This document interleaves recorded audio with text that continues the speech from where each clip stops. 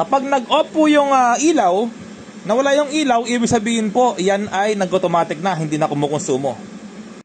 Magkano nga ba konsumo sa paggamit ng electric kettle araw-araw na paggamit sa loob ng isang buwan? Meron po tayong watt meter, i-plug po natin. Ito yung kanyang plate. Kapag naka-plug po yan, hindi naka-load yung ating electric kettle, hindi po yung kumukonsumo. Okay, sa mga gustong bumili, meron po tayong stock dito, no? Binibenta ko 250 pesos, brand new. Okay, so bale ito po, brand new po ito, no? Ayan, may plastic pa siya. Ngayon, nilagyan ko siya ng 3 tasang tubig. Okay, ayan po. 3 tasa po yan, no? Mukhang 4 pa yata. Okay, ngayon po, kapag gagamit po kayo, kailangan pong sarado yan, no? Para mag-automatic po yung kanyang switch. Ngayon, alamin po tayo niyan, alamin natin kung ilang minutes or ilang minuto para makompute po natin sa loob ng isang buwan, no? Sa araw-araw na paggamit. Okay? So ngayon po, eto na. I-plug po dito. Tapos, okay, no? So meron po tayong pyesa rito, no, kapag nasira. Tapos, eto, on natin. Ayan, may ilaw po siya. Tapos, start na natin. Okay, kung ilang minuto nga ba or minutes na kapag nag-automatic, nag-off po ito, ibig sabihin hindi na siya kumukonsumo.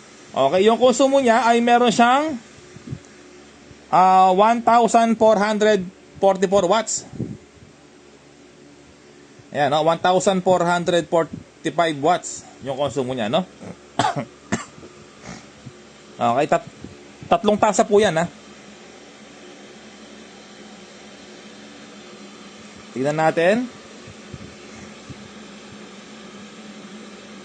Okay, meron po siyang 1,446 watts, no? Pero ano na lang yan? Ano na yan? Counted na yan sa ano? Sa 1,445 watts. Okay? So, compute natin sa 1,045 watts.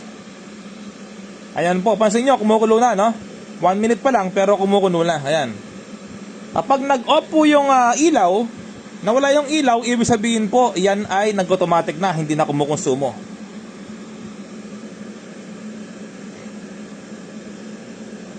Okay, so 1,448. So siguro, ano na lang po tayo, 1,445.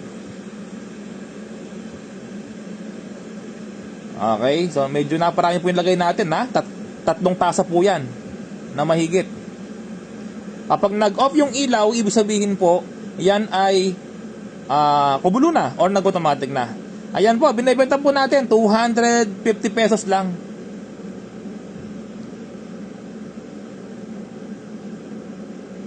Meron po kasi akong binili, nadaan ako lang, no, sa bodega. Ayan, direct bodega po tayo, no? 1, 2, 3, 4, 5, 6, 6 po yan, 6. 6 lang po nabili ko, eh. Wala po kasing budget na bumiling marami.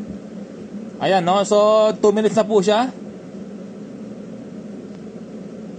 Tingnan natin kung mag-automatic. So, 1,450, no? So, ayan, no? 1,451.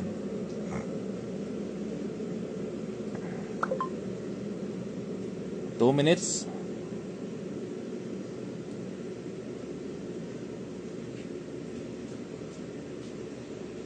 Okay, alanganin tayo sa 3 minutes, ha? Ayun po, nag-automatic na, nag-off na. Okay, nag-off na po siya, no? Kapag nag-off na, hindi na yung kumukonsumo. Ayan, 0.0 watts na, no? Okay. So, alanganin po tayo sa 3 minutes. Paano kaya i-compute to? Ayan, 2 minutes and 30 seconds, no? 2 minutes and 30 seconds. So, compute natin. So, 1,445 watts, no? Times po natin ng 0.2 minutes. 0.30. Alanganin po siya, oh. Okay, so isarado ko na ng 3 minutes na mga repairman, no? Yan, 3 minutes po, ah. Okay, so ganyan po yung pag-compute ng 3 minutes. 0.3. Yung 3 na yan, 3 minutes, no? So ngayon po, i-times natin ng andali, equal ko muna. Ayan, tapos i-times natin ng 30 days. Ayan, tapos equal ko ulit. Tapos i-divide po natin sa 1,000 dahil yan ang kilowatt. Equal ko ulit. Ayan, tapos i-times natin ng kung magkano yung per kilowatt hour po, no? Sa binabayaran po natin, example 9 pesos. Ay mali yate pag-compute ko. Mali. Puro kasi ako equal, eh. So 1,445 time is 0.3, no? 3 watts. Ay 3 minutes pala, sorry. Tapos, times natin ng 30 days. Ayan. Tapos, equal natin. Ayan, no? Tapos, i-divide natin sa 1,000 dahil yan ng kilowatt. Ayan. Tapos, i-times natin ng 9 pesos. Per example lang to, no? Kung magkano yung per kilowatt hour sa inyong lugar. 9 pesos. So, ayan po, no? Tama ba to? Ayan, no? So, kahit na anong gawin kong compute, ito yung lumalabas, no? Inulit ko na 2 beses, ito yung lumalabas. So, 117 pesos lang sa loob ng isang buwan, no?